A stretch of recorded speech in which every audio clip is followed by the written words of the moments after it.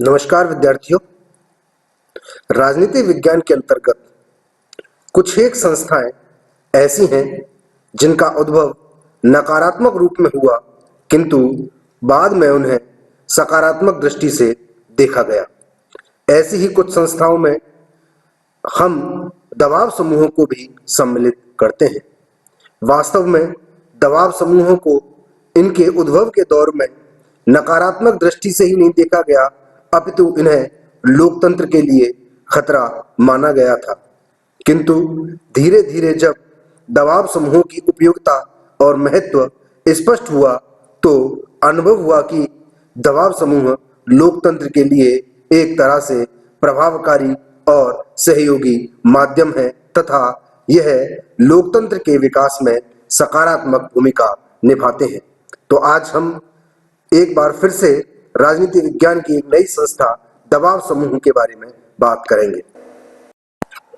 दबाव समूहों को अनेक नामों से जाना जाता है। जैसे कुछ विद्वान इन्हें हित समूह के रूप में अभिव्यक्त करते हैं, तो कुछ विद्वान इन्हें प्रभावक समूह कहते हैं। कुछ विद्वानों का मानना है कि इन्हें लॉबीज या लॉबिंग ऑर्गेनाइजेशन या संस्थाएं कहना उचित होगा, तो वहीं कुछ विद्वान इन्हें अनौपचारिक संगठन या हितबद्ध गुट भी कह देते हैं।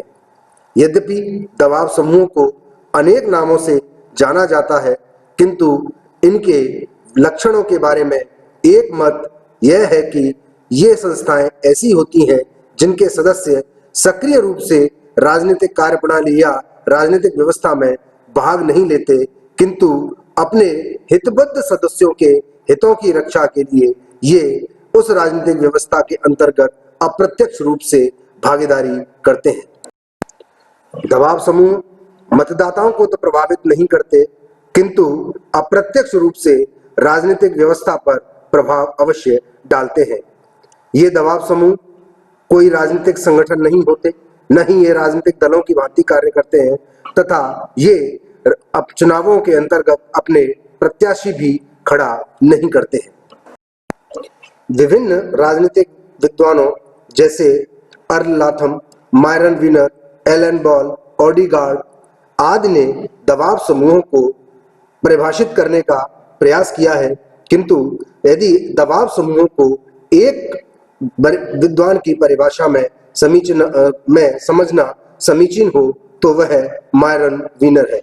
मायरन वीनर ने कहा है कि दबाव समूह से तात्पर्य शासकीय व्यवस्था से बाहर ऐसे किसी ऐच्छिक किंतु संगठित समूह से है जो शासकीय अधिकारियों की नामजदगी अथवा नियुक्ति, सार्वजनिक नीति के निर्धारण, उनके प्रशासन और समझौता व्यवस्था को प्रभावित करने का प्रयास करता है। यदि हम एक लक्षणों के दृष्टि से देखें, तो दबाव समूहों के 4 प्रमुख लक्षण हमारे सामने आते हैं। पहला लक्षण होता है विशिष्ट हितों से संबंध।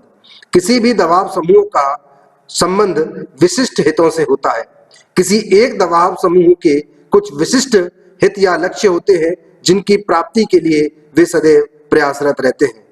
यहाँ यह भी उल्लेखनीय है कि विभिन्न दबाव समूह के भिन्न भिन्न विशिष्ट हित होते हैं, किंतु आवश्यक होने पर एक से अधिक या एक समान लक्ष्यों के लिए 2 या अधिक दबाव समूह भी हो सकते हैं। दबाव समूहों का अगला लक्षण होता है कि ये गैर राजनीतिक संगठन होते हैं। दबाव समूह निर्वाचन प्रणाली में भाग नहीं लेते, मतदाताओं के सामने अपना पक्ष नहीं रखते, मतदाताओं के चुनने के लिए अपने प्रत्याशी खड़ा नहीं करते, किंतु अपने हितों की प्राप्ति के लिए अप्रत्यक्ष रूप से रत रहते हैं या अपने कार्यों को साधने का प्रयास करते रहते हैं। दबाव समूहों को S.E. फाइनर ने अज्ञात साम्राज्य भी कहा है। इसका तात्पर्य है कि दबाव समूह अपना कार्य प्रच्छन्न या अप्रच्छन्न रूप से करते हैं, जिसका आशय होता है कि वे अपने कार्यों को बिना शोर शराबा किए या बिना लाइमलाइट में आए संपन्न करने का प्रयास करते हैं। हैरी एक्सटीन भी दबाव समूहों को राजनीतिक और गैर राजनीतिक में मध्य स्तरीय क्रिया के रूप में परिभाषित करते हैं। दबाव समूहों का अगला लक्षण होता है कि ये सरकार पर अनाधिपत्य की इच्छा रखते हैं, अर्थात इनका सरकार पर आधिपत्य का कोई इरादा नहीं होता। वास्तव में देखा जाए तो कोई भी ऐसा सामाजिक समूह जो प्रशासनिक और संसदीय दोनों ही प्रकार के पदाधिकारियों को सरकार पर नियंत्रण प्राप्त करने हेतु कोई प्रयत्न किए बिना ही प्रभावित करना चाहता है, दबाव गुट की श्रेणी में आता है। इस प्रकार हमने अब तक दबाव समूह के परिभाषा और लक्षणों के बारे में जाना। अब हम दबाव समूहों को महत्व के रूप में रेखांकित करेंगे। वर्तमान लोकतांत्रिक संस्थाओं या लोकतांत्रिक व्यवस्थाओं में दबाव समूह अत्यंत प्रभावी और महत्वपूर्ण भूमिका लेकर उभरे हैं। आज लोकतांत्रिक व्यवस्थाओं की दबाव समूहों के बिना कल्पना किया जाना भी संभव नहीं रह गया है। वास्तव में ये दबाव समूह जन इच्छा के अनुकूल महत्वपूर्ण कार्य करने का प्रयास करते हैं, किंतु अनेक बार ऐसे दबाव समूहों का भी गठन होता है जिनका उद्देश्य सार्वभौमिक न होकर अपने सदस्यों के हितों की पूर्ति करना ही होता है। इस प्रकार यदि हम दबाव समूह के महत्व की बात करें तो सबसे पहले जो बात हमारे सामने आती है वो होती है कि ये दबाव समूह लोकतांत्रिक प्रक्रिया की अभिव्यक्ति के एक सशक्त माध्यम होते हैं। दबाव गुट लोकतांत्रिक भावना की अभिव्यक्ति करते हैं।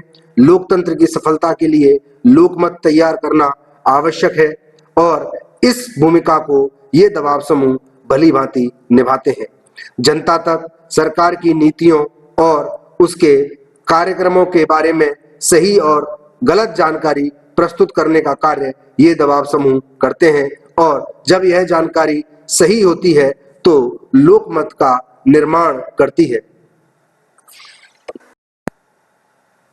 दबाव समूह न केवल लोकमत का निर्माण करते हैं अपितु ये सरकार के लिए भी एक महत्वपूर्ण अवयव सिद्ध होते हैं। दबाव समूह अपने शोध के द्वारा न केवल आंकड़े जुटाते हैं अपितु उन आंकड़ों को सरकार तक पहुंचाकर अपनी समस्याओं से भी सरकार को वाकिफ कराते हैं। इस प्रकार दबाव समूह दोहरी भूमिका निभाते हैं कि एक ओर जहां वे लोकमत को जागृत करने के लिए, लोकमत को बढ़ाने के लिए जनता तक अपना पक्ष रखते हैं, वहीं ये सरकार के समक्ष भी अपना पक्ष प्रस्तुत कर अपनी कठिनाइयों का निराकरण का प्रयास किया करते हैं। इसके अतिरिक्त शासन को प्रभावित करने का भी कार्य ये दबाव समूह करते हैं। वास्तव में ये दबाव समूह का जन्म ही एक प्रकार से शासन को प्रभावित कर अपनी आवश्यकताओं और अपने हितों की पूर्ति का प्रयास करना ही होता है। इसी प्रकार सरकार की निरंकुशता को भी सीमित करने का प्रयास ये दबाव समूह करते हैं। आज भले ही संपूर्ण संसार में लोकतांत्रिक व्यवस्था प्रचलित है, किंतु विगत कुछ वर्षों में यह देखा गया है कि लोकतांत्रिक व्यवस्थाओं में भी केंद्रीकरण की प्रवृत्ति बढ़ी है। इस प्रकार समूची शक्तियां सरकार के पास केंद्रित होती जा रही हैं और ऐसी स्थिति में दबाव समूह अपने साधनों द्वारा सरकारी निरंकुशता को सीमित करने का प्रयास करते हैं। दबाव समूह समाज और शासन में संतुलन भी स्थापित करते हैं।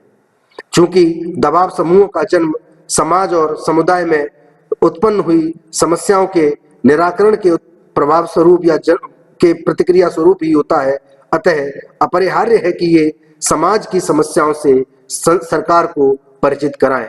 इसके अतिरिक्त सरकार या सत्ता के प्रति समाज में या जनमत में बढ़ रही विद्रोह की प्रवृत्ति को भी नियंत्रित करने का प्रयास ये दबाव समूह करते हैं।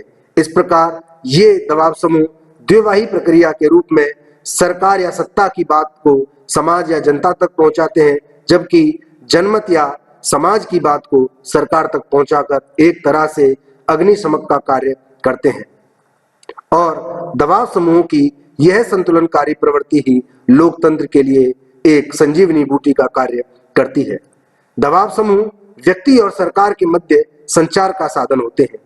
जैसा कि हमने अभी पहले चर्चा की थी कि दबाव समूह लोकमत का निर्माण करते हैं, वहां यह भी जानना आवश्यक है कि व्यक्ति और सरकार के मध्य संचार का कार्य भी दबाव समूहों द्वारा किया जाता है।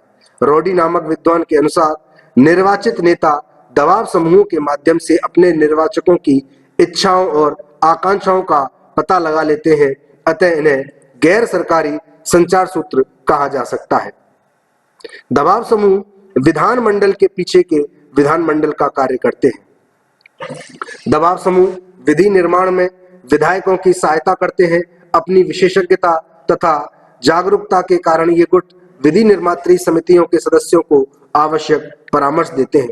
इनका परामर्श और सहायता दोनों ही इतनी उपयोगी होती है कि इन्हें विधानमंडल के पीछे का विधानमंडल कहा जाने लगा है।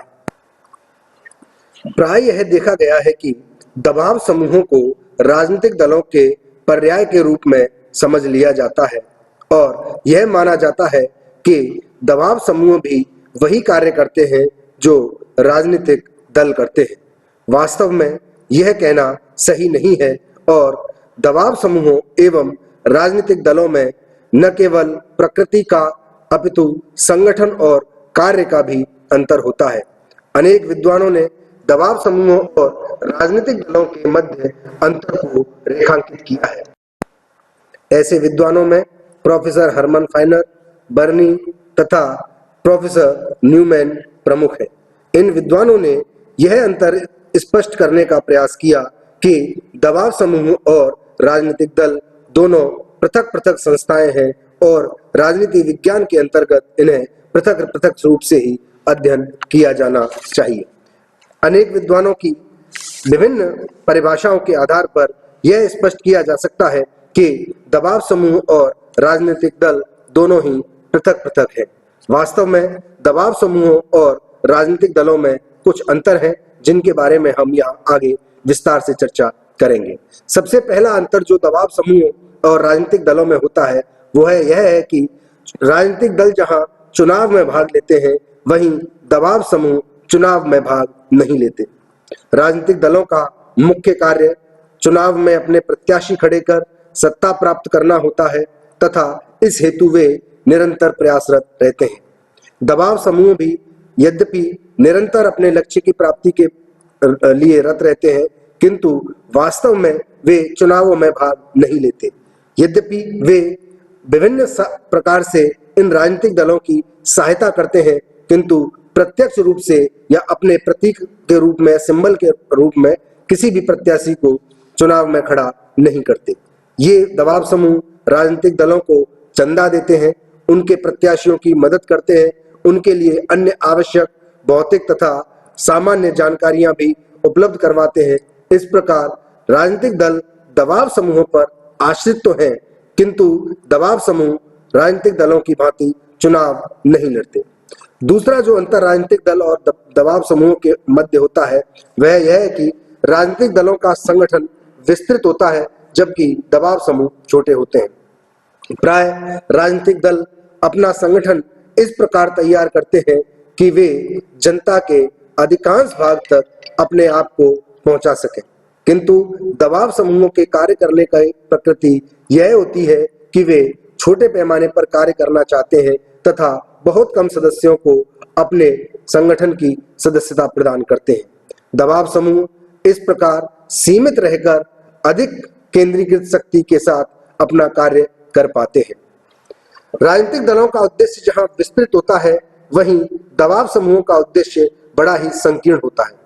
राजनीतिक दल चुनाव में अपने प्रत्याशी उतारकर सत्ता प्राप्त करना चाहते हैं तथा मानव जीवन के या सामाजिक जीवन के विभिन्न पक्षों जैसे आर्थिक, राजनीतिक, सामाजिक, धार्मिक आदि को भी नियंत्रित करने का प्रयास करते हैं, जबकि दबाव समूहों का उद्देश्य बड़ा संकुचित होता है। उनका एकमात्र और अंतिम लक्ष्य यही होता है कि उनके संगठन के सदस्यों के हितों की पूर्ति किस प्रकार हो और वे उसी दिशा में कार्य करते हैं। उनको वास्तव में सिर्फ उसी लक्ष्य या उद्देश्य से मतलब होता है जो कि उनके संगठन या दबाव समूह के निर्माण का आधार है। जैसे यदि कोई दबाव समूह धार्मिक आधार पर निर्मित हुआ है तो वह केवल धर्म के या उस विशिष्ट बिंदु पर ही कार्य करेगा। आर्थिक आधार पर निर्मित विभिन्न व्यापार संगठनों के दबाव समूह केवल वही कार्य करते हैं जो उनके सदस्यों के आर्थिक हितों को बढ़ावा देता हो। इसी प्रकार एक अन्य अंतर जो राजनीतिक दलों और दबाव समूह में है होता है वह यह है कि राजनीतिक दल जहां विधानमंडल में कार्य करते हैं, वहीं दबाव समूह विधानमंडल के बाहर कार्य किया करते हैं। राजनीतिक दल का कार्यक्षेत्र न केवल जनता अपितु विधानमंडल भी होता है। राजनीतिक दल यहां जाकर आवश्यक कानून बनाते हैं और उन कानूनों का पालन कराने के लिए कार्यपालिका को अधिकृत भी करते हैं। किंतु दबाव समूहों का विधानमंडलों से कोई प्रत्यक्ष लेना देना नहीं होता। दबाव समूह राजनीतिक दलों के चुने हुए प्रत्याशियों को प्रभावित करते हैं तथा उनके माध्यम से अपने अनुकूल कानून का निर्माण का प्रयास किया करते हैं। इस हेतु वे विभिन्न गैर कानूनी तरीके भी अपना लेते हैं, जैसे लॉबिंग आदि करना, रिश्वत देना आदि, और इस हेतु वे अनेक जनप्रतिनिधियों को प्रभावित करने का भी प्रयास करते हैं। राजनीतिक दलों और दबाव समूहों में एक अन्य अंतर साधन संबंधी भी होता है। राजनीतिक दलों से जहां संवैधानिक साधनों के उपयोग की अपेक्षा की जाती है, वहीं दबाव समूहों से ऐसी कोई अपेक्षा नहीं रहती। दबाव समूह अपने उद्देश्यों की प्राप्ति के लिए न केवल गैर सरकारी अपितु गैर संवैधानिक तथा ऐसे साधन भी अपनाते हैं जो कि अनैतिक भी होते हैं। राजनीतिक दलों और दबाव समूहों में एक अंतर यह भी होता है कि राजनीतिक दलों के सदस्य जहां एक बार में किसी एक राजनीतिक दल के ही सदस्य हो सकते हैं, वहीं दबाव समूहों के लिए यह आवश्यक नहीं है। एक ही व्यक्ति एक से अधिक दबाव समूहों का सदस्य भी हो सकता है। इस प्रकार हमने जाना कि राजनीतिक दल और दबाव समूह एक नहीं होते हैं। इनमें न केवल प्रकृति का अपितु संगठन, सदस्यता और कार्यविधि का भी अंतर होता है। आज के इस ई व्याख्यान के अंतर्गत हमने दबाव समूहों के बारे में जाना कि दबाव समूह क्या होते हैं, दबाव समूह के बारे में विभिन्न विद्वानों ने क्या कहा है, दबाव समूहों के लक्षण क्या हैं तथा दबाव समूहों का महत्व क्या है एवं उन दबाव समूहों को राजनीतिक दलों से किस प्रकार अलग करके देखा जा सकता है। अगले भाग में हम दबाव समूहों के बारे में और जानकारी लेकर प्रस्तुत होंगे। धन्यवाद।